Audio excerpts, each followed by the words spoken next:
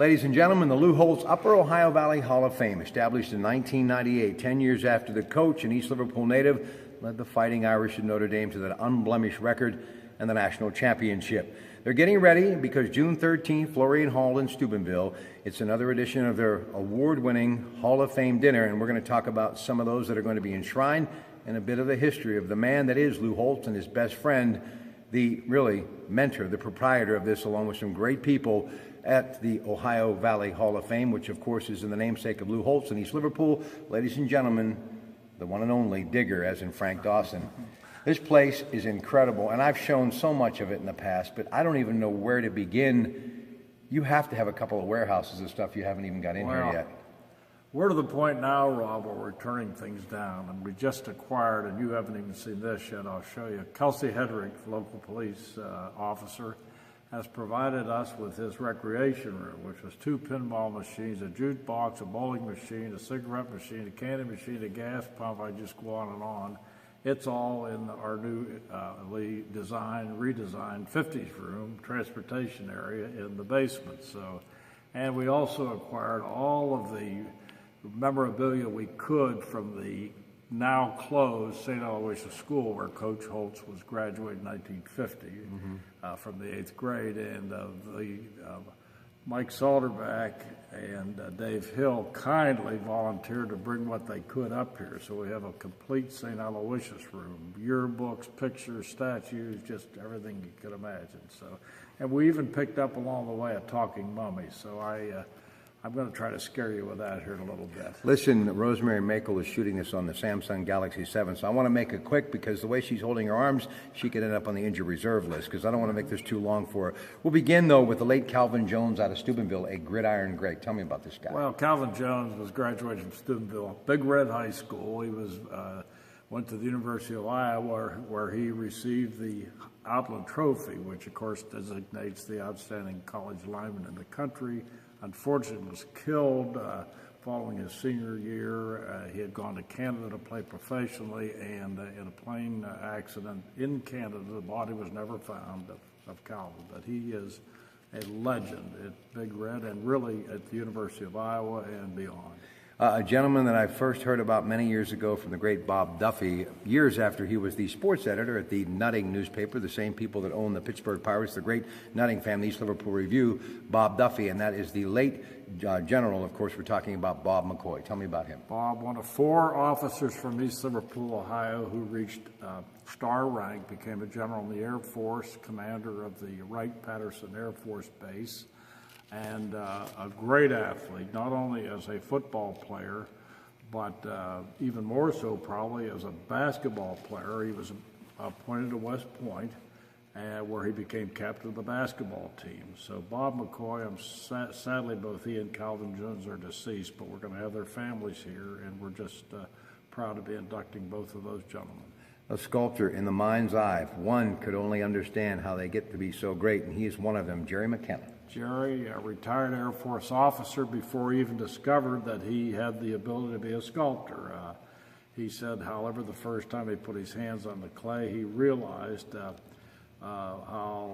he had that talent. There are statues that he has created, the Hall of Fame in Cooperstown and Canton, Notre Dame, all the great statues there, the Great White Way in Chicago, Jack Brickhouse. I mean, everywhere you can think of are Jerry's statues. And he's a real personality. He's an Irishman through and through. All right, and next up, it's Pete Woolley. Pete Woolley, East Liverpool High School in 1952, United States Navy veteran, went to Kent State University, studied architecture under Joe Morbido, who was a former East Liverpool High School football coach, went to Hollywood, where he has won several awards for his art direction, Blazing Saddles, The Day After, just tons of movies and TV productions, and you walk through the studios in California with Pete, and everybody knows Pete Woolley in Hollywood. All right, and now the Family Heritage Award goes to the Lamba family. Who are they? Well, Melanie and Levon Lamba were graduates of Liverpool High School, went on to college. Lamont received a master's degree and a doctorate. She's Dr. Lamba. They founded a school in California, San Francisco, for special needs children.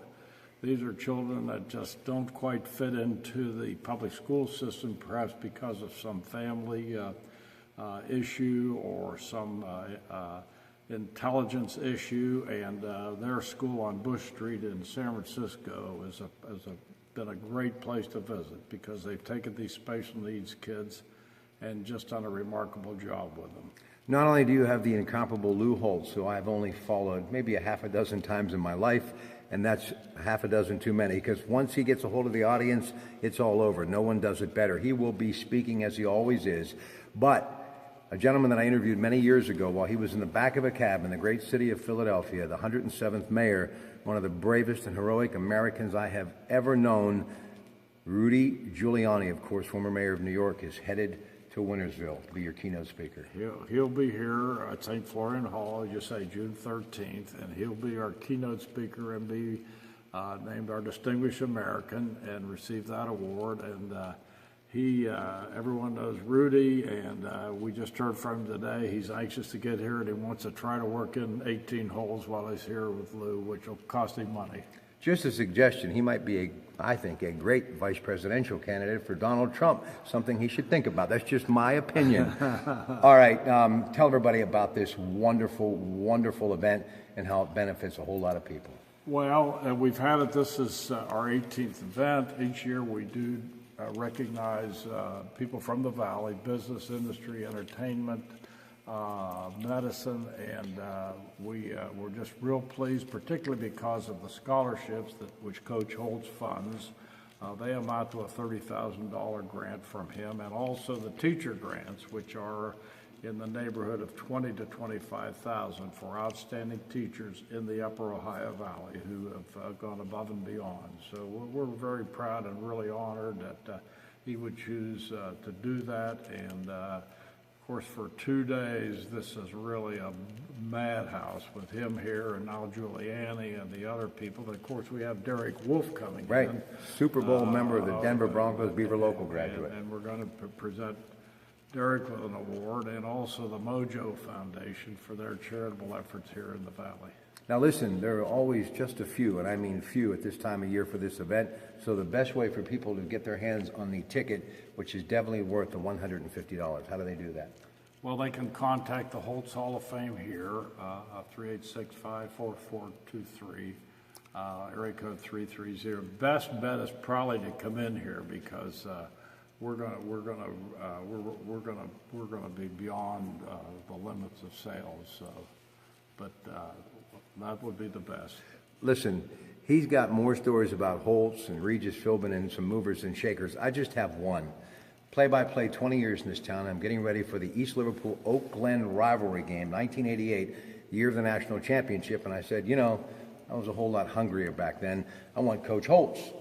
And I got Coach HOLTZ, and I'll never forget playing it over a boombox at halftime while all the Potter fans and Oak Glen fans were listening to this pre-taped interview, and it truly was, and to this day, one of the crown jewels of my broadcasting career. And speaking of Oak Glen, Ted Arnott, who is in this wonderful Hall of Fame, and I happened to do his speech many years ago.